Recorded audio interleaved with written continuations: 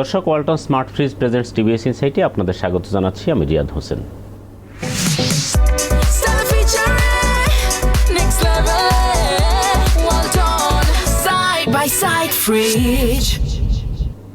আজ আমরা কথা বলবো বাংলাদেশে মোবাইল ফোনের দাম অন্যান্য দেশগুলোর তুলনায় অনেক বেশি। এই বিষয়টি নিয়ে বিজনেস স্ট্যান্ডার্ডে একটি প্রতিবেদন প্রকাশ হয়েছে, যেটি লিড নিউজ আকারে প্রকাশ হয়েছে। প্রতিবেদনটি করেছেন আমাদের সহকর্মী আব্বাস উদ্দিন নয়ন। কেন মোবাইল ফোনের দাম বেশি অথবা অন্যান্য দেশগুলো কেন কম, এই বিষয়টি নিয়ে আমরা তার সঙ্গে কথা বলবো। আমাদের স্টুডিওতে আমাদের সঙ্গে উপস্থিত রয়েছেন আব্বাস উদ্দিন নয়ন। নয়ন, আপনাকে স্বাগত আমাদের স্টুডিওতে। এই যে মোবাইল ফোনের দাম বাংলাদেশে বেশি, অনেক বেশি বলা হচ্ছে, যেটি বিশেষ করে সম্প্রতি আলোচনায় এসেছে দোকান মালিকদের, যারা মোবাইল ফোন বিক্রি করে তাদের আন্দোলনের পরে এইটি আরও বেশি এসেছে। আসলে কেন মোবাইল ফোন, অনিবন্ধিত ফোন বাংলাদেশে বেশি আসে অন্যান্য দেশ থেকে? তো আসলে মোবাইল ফোনের দাম একটু যদি আমাদের ধারণা দেন, কেমন বেশি? ধন্যবাদ রিয়াদ হোসেন। আপনি কয়েকটা প্রশ্নই এর মধ্যে উত্থাপন করেছেন। আমি প্রথম যেটার উত্তর দেব সেটা হলো আসলে বাংলাদেশে মোবাইল ফোনের দাম আসলেই কেমন। বাংলাদেশে বছরে এখন প্রায় 5 কোটির মতো মোবাইল প্রয়োজন হয় বলে ব্যবসায়ীরা দাবি করছেন। আবার যারা ম্যানুফ্যাকচারিং করেন বা বিটিআরসি, তারা বলে যে 3 কোটির মতো মোবাইল বছরে সেল হয়, হ্যান্ডসেট সেল হয়। তো এর মধ্যে হাই সেগমেন্ট যেগুলো, ওগুলোর দাম প্রায় আসলে অনেক বেশি। আমি কয়েকটা কম্প্যারিজন আপনাকে দেবো, আমি একটু লিখে নিয়ে আসছি, একটু দেখে দেখে বলি। সেটা হলো, আমি যদি আইফোন 70 মানে আইফোনের সর্বশেষ যে সিরিজ, ওরা একসাথে 3টা ফোন লঞ্চ করে, এর মধ্যে আইফোন 17 হলো লোয়েস্ট প্রাইজের। সেই ফোনটার একটু কম্প্যারিজন দেই। এই ফোনটার আসলে ইউএস মার্কেটে এই ফোনটার দাম $799, মানে বাংলাদেশি টাকা 97,000 টাকা। চায়না মার্কেটে 5,999 RMB, মানে বাংলাদেশি টাকা 1,03,000 টাকা। জাপানে এটার দাম বাংলাদেশের টাকা 1,03,000 টাকা। দুবাইতে এই ফোনটার দাম বাংলাদেশি টাকা 1,13,000 টাকা। ইন্ডিয়া তো একই দাম, 1,13,000 টাকা। আপনি যদি ইউরোপের মার্কেটে যান, ইউরোপের মার্কেটে একটু বেশি, ইউরোপের মার্কেটে এর দাম হলো 1,30,000-35,000 টাকার মতো ইউরোপের বিভিন্ন দেশে। আর বাংলাদেশে এই ফোনটার দাম অফিসিয়ালি 1,80,000 টাকা যদি আপনি কিনতে চান। একইভাবে দামের ব্যবধানটা অনেক বেশি। সো একইভাবে আপনি যদি স্যামসাংয়ের ফোনের দিকে যান, আসলে ওয়ার্ল্ড ওয়াইড এই দুইটা ফোনই সবচেয়ে বেশি ছিল, আইফোন এবং স্যামসাং। স্যামসাংয়ের সর্বশেষ লঞ্চ হয় S25 Ultra। এই ফোনটা আমি অনেকগুলো দেশের সঙ্গে কম্প্যারিজন করেছি। আমি কয়েকটা দেশের কথা বলি। প্রথমে আমেরিকার কথাই বলি, যেহেতু আইফোনের ক্ষেত্রে আমেরিকার কথা বলেছি। স্যামসাং যদিও কোরিয়ান অরিজিন, এই রিজিয়নে এটার দাম একটু কম হওয়ার কথা। তো আমেরিকার মার্কেটও এই ফোনটার দাম অফিসিয়ালি 1,60,000 টাকা বাংলাদেশি টাকায়। ইউরোপের মার্কেটে এটার দাম বাংলাদেশি টাকায় 1,65,000 টাকা। ইন্ডিয়াতে এটার দাম 1,75,000 টাকা। চীনে এটার দাম হলো 1,65,000 টাকা। মালয়েশিয়াতে এটার দাম বাংলাদেশি টাকা 1,50,000 টাকা। আর দুবাইতে সবচেয়ে এই ফোনটার দাম কম, 1,08,000 টাকা এই ফোনটার দাম বাংলাদেশি টাকায়। আর বাংলাদেশে এই ফোনটার দাম অফিসিয়ালি 2,26,000 টাকা। সো আপনি যদি দুবাইয়ের সাথে কম্প্যারিজন করেন, আপনি যদি ভিয়েতনামও 1,08,10,000 কোটি টাকা, কোরিয়ার সাথে তুলনা করেন, এখানে দ্বিগুণ বা দ্বিগুণের চেয়ে বেশি বাংলাদেশের টাকা এই ফোনটার দাম।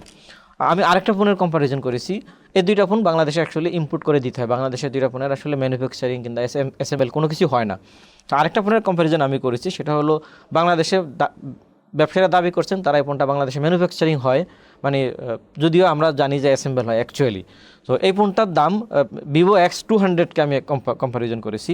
ভিভো X200 ফোনের দাম মেইনলি, যেহেতু আমরা সবাই জানি ভিভো চায়নার ব্র্যান্ড, চায়না এই ফোনটার দাম 4,299 RMB চাইনিজ মুদ্রা, বাংলাদেশি টাকায় যার সমপরিমাণ হয় 73,000 সামথিং। এটার দাম ইন্ডিয়াতে 65,000 রুপি, বাংলাদেশি টাকায় যেটা হয় 90,000 টাকা। সিঙ্গাপুরে হলো 820 সিঙ্গাপুরিয়ান ডলার, যার দাম হয় 77,000 টাকা। দুবাইতে এটার দাম বাংলাদেশি টাকায় 74,000 টাকার মতো। ইউরোপের মার্কেট, যেহেতু চায়নার ফোন, ইউরোপ আমেরিকা মার্কেটে একটু রেস্ট্রিক্টেড, তো ইউরোপে এটার দাম 90,000 টাকার মতো। আর বাংলাদেশে এই ফোনটার দামই অফিসিয়ালি ভিভো, যেটা বাংলাদেশে লঞ্চ করছে গত বছর, এটার দাম হলো 1,39,990 টাকা। তো আপনি 1,40,000 টাকা, মানে হলো যেটা আমাদের দেশে ম্যানুফ্যাকচারিং হয় দাবি করছে, সেটার দামও মানে ইভেনচুয়ালি, যেটা আপনি বললেন যে আমরা ইম্পোর্ট করি সেটার দামও বেশি, যেটা আমাদের দেশে ম্যানুফ্যাকচার হয় বলে দাবি করা হয় সেটির দামও এত বেশি কেন? আচ্ছা, এত বেশি কয়েকটা কারণ। মেইন কারণ আসলে ট্যাক্স। আর সেকেন্ড কারণ, আমাদের দেশে যারা ম্যানুফ্যাকচারিং করে তাদের আসলে হাই এন্ড ম্যানুফ্যাকচার করার এখনও অ্যাবিলিটি হয়নি। আর থার্ড কারণ শিপমেন্ট সংক্রান্ত কিছু কস্ট আছে। আমি ট্যাক্সের বিষয়টা একটু কম্প্যারিজন করি। আমি ট্যাক্স নিয়ে অনেকগুলো দেশের সাথে কম্প্যারিজন করেছি, অ্যাটলিস্ট 100 কান্ট্রি, মানে যেগুলোকে আমরা যেসব দেশের নাম জানি, তো 100 দেশ কম্প্যারিজন করেছি। বাংলাদেশের আশেপাশে ট্যাক্স আছে। বাংলাদেশে আপনি জানেন হয়তো 61.8% বাংলাদেশে, 62% প্রায় মোবাইল আমদানির ক্ষেত্রে 62% পর্যন্ত ট্যাক্স। আমি এই ট্যাক্স কম্প্যারিজন করে দেখেছি শুধুমাত্র মিশরে হলো 52.75% ট্যাক্স, মানে আলোচিত যেসব দেশকে আমরা চিনি। আর কিছু দেশ আছে অনেক বেশি আমরা চিনি না, বা ইকোনমিক অনেক বেশি ভালনারেবল বা অনেক বেশি রেস্ট্রিক্টেড তাদের দেশে, ওইসব দেশে দাম হয়তো আরেকটু বেশি ট্যাক্সের হার। আমি কয়েকটা দেশের কম্প্যারিজন আপনাকে যদি বলি, যেমন আমরা প্রথমে তো সবচেয়ে বড় দেশ হিসেবে আমেরিকাকে চিনি। আমেরিকায় ডিউটি হলো টোটাল, মানে ওদের ট্যাক্স হলো জিরো, একদম জিরো, 15 উপরে। ওরা শুধুমাত্র স্টেট ভেদে, কোনো স্টেটে 5%, কোনো স্টেটে 7%, কোনো স্টেটে 9% হিসেবে ট্যাক্স ওদের দেশে আছে। অস্ট্রেলিয়াতে গ্রস 10% ট্যাক্স, ইউকেতে 20% আমদানির উপরে, ইউকেতে 10% ট্যাক্স, চায়নায় 15% ট্যাক্স, ইন্ডিয়াতে 20% ট্যাক্স, মালয়েশিয়া 10% ট্যাক্স, এরপর ভিয়েতনামে 50%, ইন্দোনেশিয়াতে 15%, সৌদি আরবে 15%। আর ওভারঅল এর বাইরে যতগুলো মিডল ইস্ট কান্ট্রি আছে সবগুলোতে একদম গ্রস 5% ট্যাক্স, আমদানি সেলস 5%, 5% ব্যাট। আর বাংলাদেশে হলো আপনি যেটা বলছিলেন 52%, আর এর কাছাকাছি আরও কয়েকটা 62%, এর কাছাকাছি আছে শ্রীলঙ্কায় 35%। আমরা জানি যে শ্রীলঙ্কা, যে গত বছরে যে শ্রীলঙ্কায়, সরি 1-2 বছর আগে শ্রীলঙ্কা বড় ধরনের ইনফ্লেশন হয়েছিল, এটা একটা বড় কারণ হলো ওই সময় অনেক প্রোডাক্টের ট্যাক্স আরোপ হয়েছিল। তুরস্কের ট্যাক্সটা জানতে পেরেছি, তুরস্কে কেমন ট্যাক্স রেট ইম্পোর্টের ক্ষেত্রে? তুরস্কে হলো, আমি তুরস্কে জেনেছি, তুরস্কে হলো 40 থেকে 50% পর্যন্ত। তুরস্কে একটু ট্যাক্স বেশি, মিশর এবং তুরস্কে একটু ট্যাক্স বেশি, সেটাও বাংলাদেশ থেকে অনেক কম। তার মানে আমরা যেটা বুঝতে পারছি যে বাংলাদেশে মোবাইল ফোন আমদানির ক্ষেত্রে অনেক বেশি পরিমাণে ট্যাক্স রাখা হয়েছে। আমাদের স্থানীয়ভাবে উৎপাদনের ক্ষেত্রে ট্যাক্স রেটটা কেমন, আমরা কি সেটা? আমাদের স্থানীয়ভাবে উৎপাদনের ক্ষেত্রে ট্যাক্স রেট সরকার বলে 17%, মানে 17% ট্যাক্স আরোপ করা আছে। কিন্তু আবার কোম্পানিগুলোর দাবি এর সঙ্গে তাদের এআইটি যোগ হয়, টিডিএস যোগ হয়, এরপর লোকাল স্টেজে কিছু র মেটেরিয়াল কালেকশনের ক্ষেত্রে ট্যাক্স, যেটা ব্যাট যোগ হয়। সব কিছু মিলে তারা বলে তাদের 35 থেকে 40% ট্যাক্স এখানে পড়ে যায়। স্থানীয়ভাবে তারা যদি ম্যানুফ্যাকচারিং বা অ্যাসেম্বল করে সেক্ষেত্রে তাদের এই ট্যাক্সটা দিতে হয়, যেটা আসলে উভয় সেটের দামই আসলে আমাদের দেশে বাড়িয়ে দিয়েছে অ্যাকচুয়ালি। তো এই যে মোবাইল ফোনের দাম এত বেশি, যেটা কারণে অন্যতম কারণ হিসেবে আসলে ট্যাক্সকে আমরা, অন্যান্য কারণও আছে, একটা মেজর কারণই হচ্ছে আসলে ট্যাক্স। এত বেশি ট্যাক্স বাংলাদেশ কেন দিচ্ছে মোবাইল ফোনের উপরে? ধন্যবাদ রিয়াদ হোসেন।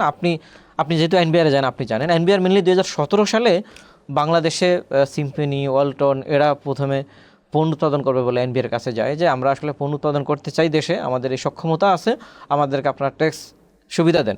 পরে এনবিআর কী করলো, যে ইম্পোর্ট সেটের উপর রেস্ট্রিকশন আরোপ করলো, লোকাল শিল্পায়নের জন্য রেস্ট্রিকশন আরোপ করতে গিয়ে ওরা ইম্পোর্টের উপর 57% ট্যাক্স আরোপ করলো, যেটা এআইটি সহ অন্যান্য সব 62% হয়ে যায়।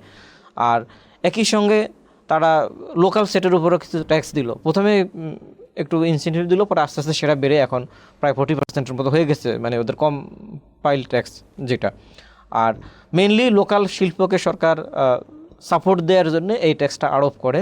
কিন্তু অ্যাকচুয়ালি মোবাইলের মতো যেটা প্রতিদিন টেকনোলজি চেঞ্জ হয়, প্রতিদিন যেটার আসলে আপগ্রেডেশন দরকার হয়, অনেক বেশি টেকনোলজিক্যাল ইনভেস্টমেন্ট দরকার হয়, সেখানে আসলে মোবাইল কোম্পানিগুলোর জন্য এই এত বড় ইন্ডাস্ট্রিতে কোঅপ করে, যেখানে স্যামসাং বছরে $300 বিলিয়ন খরচ করে R&Dতে, যেখানে আইফোন এর চেয়ে বেশি খরচ করে R&Dতে, সেখানে এত বড় বড় প্রতিষ্ঠানের এখানে ফুল ম্যানুফ্যাকচারিং ইউনিট করে বা হলো মানুষকে সহজলভ্য ফোন দেয়া লোকালি করে, সেটা একটু ডিফিকাল্ট, যেটা আমরা আসলে এতদিন পরে এসে মনে হচ্ছে। এটার সঙ্গে কি রাজস্ব আদায় বাড়ানোর কোনো টার্গেট সরকারের আছে, মানে সরকারের রাজস্ব বাড়াতে হবে মোবাইল ফোন, এই জন্য একটু বেশি ট্যাক্স, সেরকম কি কারণ হতে পারে?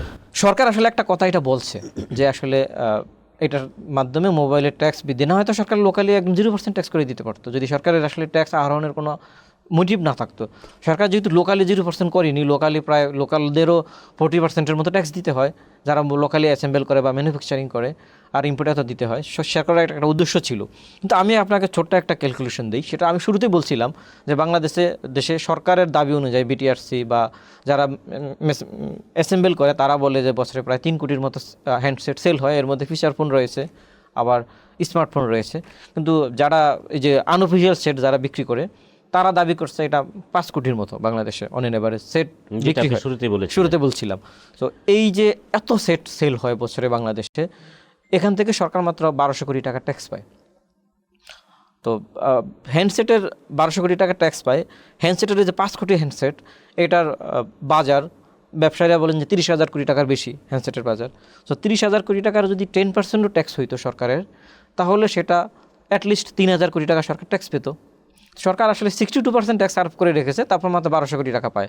তার মানে কি? তার মানে সরকার আসলে এখান থেকে ট্যাক্স আহরণের যে চিন্তা করেছে এবং বেশি ট্যাক্স আরোপ করেছে, এই থিওরিটা আসলে মিলছে না।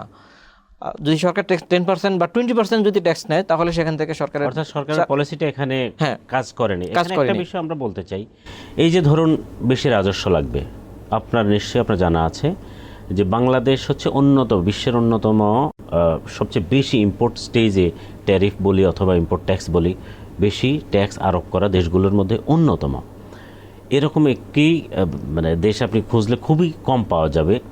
তো ইম্পোর্ট স্টেজে এত বেশি, এটা কিন্তু আলটিমেটলি কনজিউমারের উপরে, কনজিউমারের পকেট থেকেই যায়। আপনি একই মোবাইল ফোন অন্য দেশে যখন কম প্রাইসে পায় আমার চাইতে, তো আমি এখানে ট্যাক্স দিয়ে আমার কনজিউমারকে বেশি টাকা দিতে বাধ্য করছি বা আদায় করছি। এখন প্রশ্ন হচ্ছে, এই যে সরকার বেশি ট্যাক্স বলেন বা যেইভাবেই হোক মোবাইল ফোনের উপরে বাড়তি দাম রেখে, আমদানি পর্যায়ে হোক, ইভেন স্থানীয় পর্যায়ে উৎপাদিত মোবাইল ফোনও, আমরা যেটা আপনিই বললেন অ্যাসেম্বল হোক বা ম্যানুফ্যাকচার, যেভাবে তারা ম্যানুফ্যাকচারিং বলে, এত বেশি মোবাইল ফোনের দাম রেখে এই যে সরকার যে উদ্যোগটি নিয়েছে যে নিবন্ধনহীন মোবাইল কে রেস্ট্রিক্ট করা, এটি আসলে কতটুকু কাজ করবে?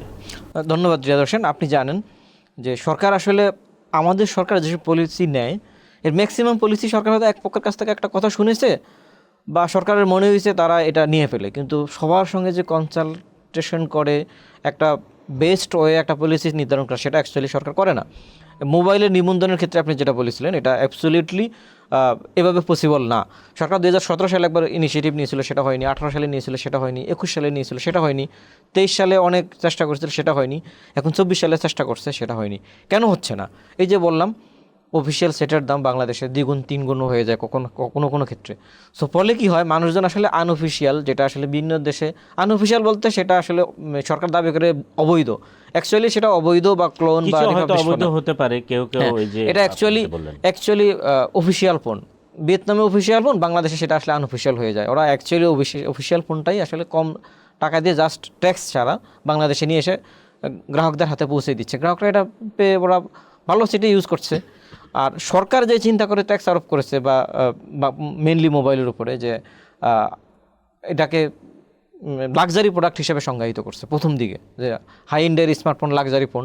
কিন্তু আপনি দেখেন আমার হাতে যে ফোনটা, আমি এই ফোনটা দিয়ে একটা ল্যাপটপে যে কাজ হয়, নিউজ লিখি, আমি নিউজ পড়ি, আমি হলাম বিভিন্ন প্রয়োজনীয় আমার সব প্রয়োজন আসলে এই সেট দিয়ে আমি মিঠাই। আমার ল্যাপটপে কম্পিউটারে যে কাজ, আমি এই ফোনটা দিয়ে এই কাজটাই করি। সো এই ফোনটা আসলে একদম নেসেসারি প্রোডাক্ট। আপনি নেসেসারি একটা প্রোডাক্টে 62% ট্যাক্স আরোপ করে, এবং যেহেতু গ্লোবালাইজেশনের একটা যুগ, আমাদের 1 কোটি মানুষ দেশের বাইরে আছে, তারা বাংলাদেশে আসে। সো তারা আসে, আবার হলো লাগেজে নানা ধরনের প্রোডাক্টের সঙ্গে মোবাইল ফোন নিয়ে আসে। তো সেখানে আপনি এত হাই ট্যাক্স রেখে এমন একটা পলিসি যদি করেন যে এটা নিবন্ধন করতে হবে, এবং হলো আপনি এই হাই দামে বিক্রি করা ছাড়া এই ফোন কেউ ব্যবহার করতে পারবে না, নিবন্ধন বাধ্যতামূলক করে দেন, সেটা আসলে পসিবল না অ্যাকচুয়ালি বলা যায়।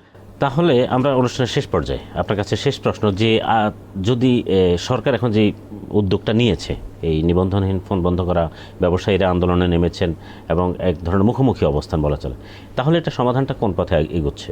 আচ্ছা, আমি এর আগে একটু কথা বলি শেষ করার আগে। আসলে সরকার যে উদ্যোগটা নিয়েছে, NER, national equipment identity register, এটার উদ্দেশ্য হলো 3টা। একটা হলো আমাদের ট্যাক্স বাড়ানো, সরকারের দাবি। আরেকটা হলো এই সেটে নাকি অনেক বেশি সিকিউরিটি প্রবলেম হয়, আমাদের আইন শৃঙ্খলা বাহিনীকে অপরাধগুলো তাদেরকে ধরতে পারে না। আরেকটা হলো আমাদের যেখানে যারা অ্যাসেম্বল ফ্যাক্টরি করছে 18টা কোম্পানি, তাদেরকে সুরক্ষা দেওয়া। তিনটে বিষয় আমি একটু এক্সাম্পল দিই। আমি ট্যাক্সের বিষয়টা প্রথমে বলছিলাম, যদি ট্যাক্স কমিয়ে দেয় এবং সেক্ষেত্রে অনেক ট্যাক্স বাড়বে। সেকেন্ড বিষয় সিকিউরিটির ইস্যুটা, ট্যাক্স কমিয়ে দিলে সেক্ষেত্রে এই যে এখন আমি যেটা বলছিলাম যে 30,000 কোটি টাকা যদি 10% ট্যাক্স হয়, 3,000 কোটি টাকা আসবে। 20% হইলে সেটা 6,000 কোটি টাকা ট্যাক্স, পরোক্ষভাবে সরকারের রাজস্ব আদায় বাড়বে। রাজস্ব আদায় বাড়বে না সরকার নিবন্ধনের ব্যবস্থা করলেও। আর ম্যানুফ্যাকচারিংদের যে সুরক্ষা দেওয়ার কথা বলা হচ্ছে, ম্যানুফ্যাকচারারদের সুরক্ষা দেওয়ার জন্য সরকারের আসলে তাদেরকে আলাদা ইনসেন্টিভ দিয়ে দিতে পারে, তাদের ট্যাক্স জিরো করে দিতে পারে, অথবা হলো তাদের জন্য 5% ট্যাক্স রেখে যারা ইম্পোর্ট করবে তাদের 20% ট্যাক্স আরোপ করলেও সরকারের একদিকে বললাম 6,000 কোটি টাকা রেভিনিউ বাড়বে। হ্যাঁ, গ্যাপ সরকার রাখতে চাইছে, সরকার যে গ্যাপটা রাখতেছে সেই গ্যাপটা থাকবে, সরকারের রেভিনিউও বাড়বে, আমাদের লোকালদের সুরক্ষাও হবে। আর আরেকটা বিষয় যে এনইআর এর বিষয়, যেটা আমি তো বললাম যদি এনইআর বাস্তবায়ন হয় সেক্ষেত্রে এই দুইটাই হবে। আর এনইআর কেন বাস্তবায়ন দরকার সেক্ষেত্রে আমার একটা ছোট্ট অবজারভেশন আছে। আপনি যদি এখন আমেরিকা যান, বাংলাদেশ থেকে একটা পণ্য আমেরিকায় গিয়ে 6 মাস থাকলে আপনার আমেরিকার মার্কেট ওইপেন নিবন্ধন করার দরকার হয় না। আমাদের যে উপদেষ্টা এই পণ্য নিবন্ধনের জন্য খুব তোড়জোড় করছেন, উনি কয়েকদিন পরে নেদারল্যান্ড যাবেন, ওখানে থাকবেন। ওনার কিন্তু ওখানে গিয়ে নেদারল্যান্ডে ওনার স্টেটের নিবন্ধন দরকার হবে না। সো আমাদের দেশে কেন আমরা একটা ফোন ব্যবহার করলে আমার নিবন্ধন দরকার হয়? ল্যাপটপ তো মোবাইলের মতো, একটু আগে বললাম, আমার ল্যাপটপ নিবন্ধন দরকার হয় না, আমার কম্পিউটার নিবন্ধন দরকার হয় না, আমার ফোন কেন নেসেসারি নিবন্ধন করতে হবে? আমি কয়েকদিন আগে চায়না গিয়েছিলাম, চায়না গিয়ে আমি আমার ফোনে আমার ল্যাপটপে অনেক অ্যাপ আমি ওপেন করতে পারিনি, অনেক ওয়েবসাইট আমি ঢুকতে পারিনি। তার মানে সিকিউরিটির, ওদের দেশের নিজস্ব সিকিউরিটির কারণে আমি ওগুলো ঢুকতে পারছি না। আমাদের দেশের বিটিআরসি যদি এইটা ইমপ্লিমেন্টেশন করে যে না, এখানে কোনো ক্রাইম এই ফোন দিয়ে হবে না, এই ফোনে ক্রাইম সংক্রান্ত ওয়েবসাইটে ঢুকতে পারবে না, এই ফোনে জুয়া সংক্রান্ত ওয়েবসাইটে ঢুকতে পারবে না, এই ফোনে কোনো ধরনের ইলিগাল ওয়েবসাইটে ঢুকতে পারবে না, সেক্ষেত্রে কিন্তু ক্রাইম বন্ধ হয়ে যায়।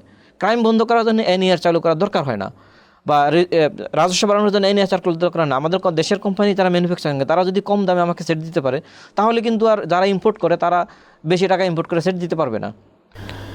আপনাকে ধন্যবাদ, বেশ ভালো কিছু ইনসাইট আপনি আমাদেরকে দিলেন। অর্থাৎ মূল বিষয় হচ্ছে সরকারকে আসলে যেই পদক্ষেপটি সরকার নিতে চাচ্ছে এক্ষেত্রে বাস্তবসম্মত চিন্তা এবং সিদ্ধান্ত সরকারকে নিতে হবে। প্রিয় দর্শক, এই ছিল আমাদের আজকের মতো টিবিএস ইনসাইটে। আমাদের অনুষ্ঠান যদি ভালো লাগে তাহলে লাইক, কমেন্ট, শেয়ার করবেন। টিবিএস এর সঙ্গেই থাকুন। আপনাদের ধন্যবাদ।